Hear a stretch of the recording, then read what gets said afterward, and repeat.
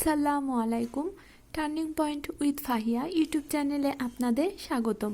এখানে আপনারা পাবেন job circular, job exam notice, job exam suggestion এবং জব প্রিপারেশন রিলেটেড বিভিন্ন ভিডিও। 47তম বিসিএসের খুব ভালো একটি প্রস্তুতির জন্য আমি প্রতিদিন পড়া রুটিন শেয়ার করছি।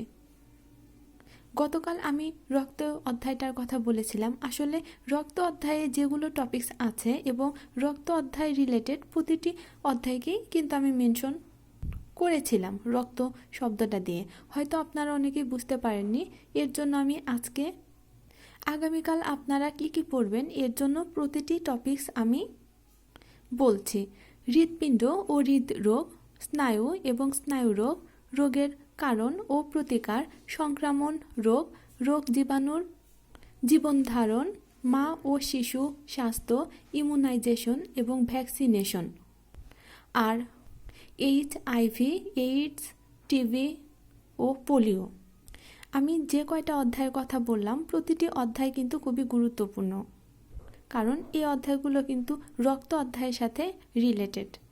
তাই এই প্রতিটি টপিকস খুব ভালোভাবে পড়বেন। যেহেতু বিজ্ঞানে আগামীকাল অনেক পড়া, এর জন্য আমি ইংরেজিটা রাখিনি। ইংরেজির পরিবর্তে আমি গণিতটা রেখেছি।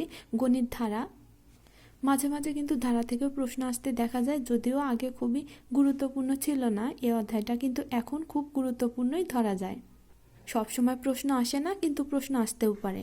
ধারণা করা হচ্ছে এবছর ধারা অধ্যায়টা খুব গুরুত্বপূর্ণ। এই অধ্যায়টা থেকে একটি প্রশ্ন আসার সম্ভাবনা আছে, তাই খুব গুরুত্ব সহকারেই পড়বেন।